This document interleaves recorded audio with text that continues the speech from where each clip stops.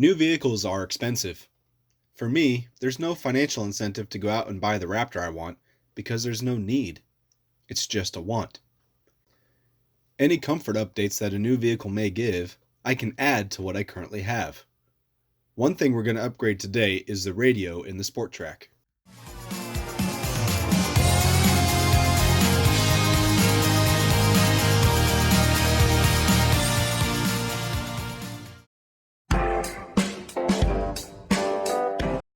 That's right, Dora is getting some entertainment upgrades.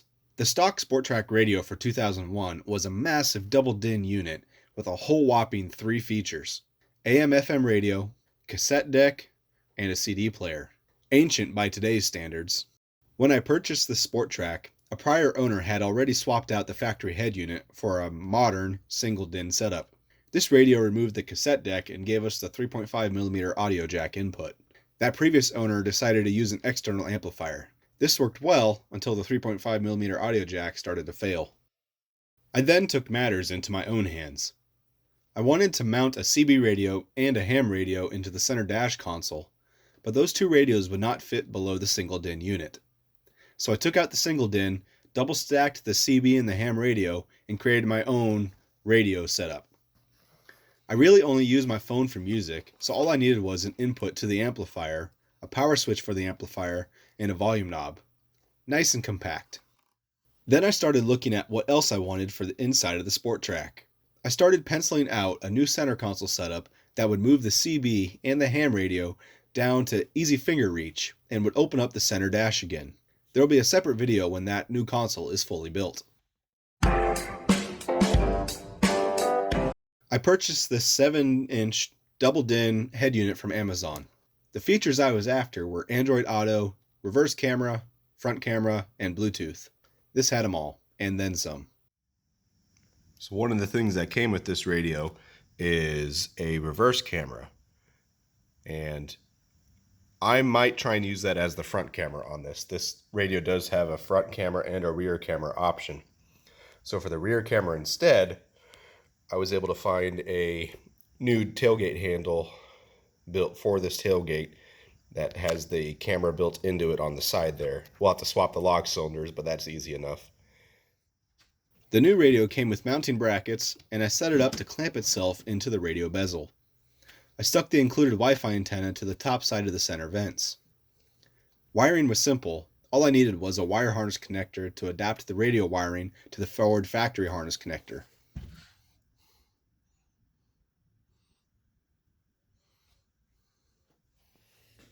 Okay, it's going to be a bit of a mess of wires, but I'm going to run through it on the bench here quick before we put it in the truck. So this lead here, which I've now put into FV in, is the front video, and that originally is supposed to be the rear camera. We're going to try and use it as a front camera with our new rear camera going in here.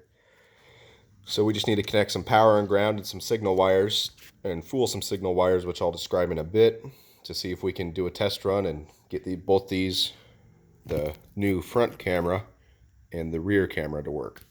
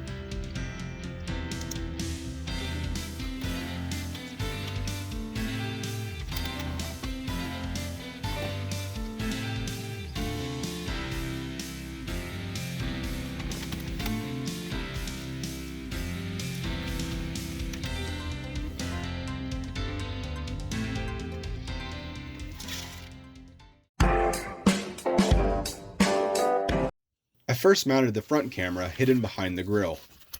While this did a great job of making it disappear, The wide-angle nature of the camera meant most of the view was blocked by the grille itself. To solve that, I ended up trimming a bit of the grille plastic to flush mount the camera. This cleared up the view, except for the bull bar. I can live with that though, and that's also a future project to replace. There's only 2 nuts that hold the handle to the tailgate.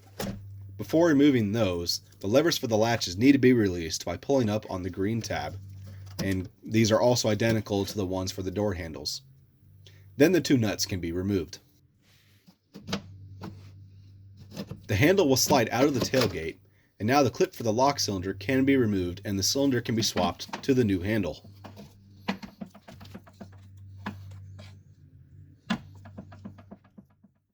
With the new handle in and levers adjusted, I ran the camera wire up the top side of the tailgate, over to the driver's side and down. I did have to drill a hole in the side to let the wire out. I would have preferred to drill the hole through the bottom, but there's no easy access because of the support structure inside. Lastly, I connected the camera wire to the harness I snaked through the body of the frame. There's enough slack here to not cause any damage to the wiring. I did originally connect the camera signal wires to the reverse lights. I changed this after I decided to run both cameras off a toggle switch outside of the radio itself. This meant the rear camera would also turn on the reverse lights when the switch was activated. The tiny signal wires that came with the camera are not large enough to also power the reverse lights. I ended up connecting a proper size wire directly to the transmission gear's indicator harness because this is where the reverse lights normally get power.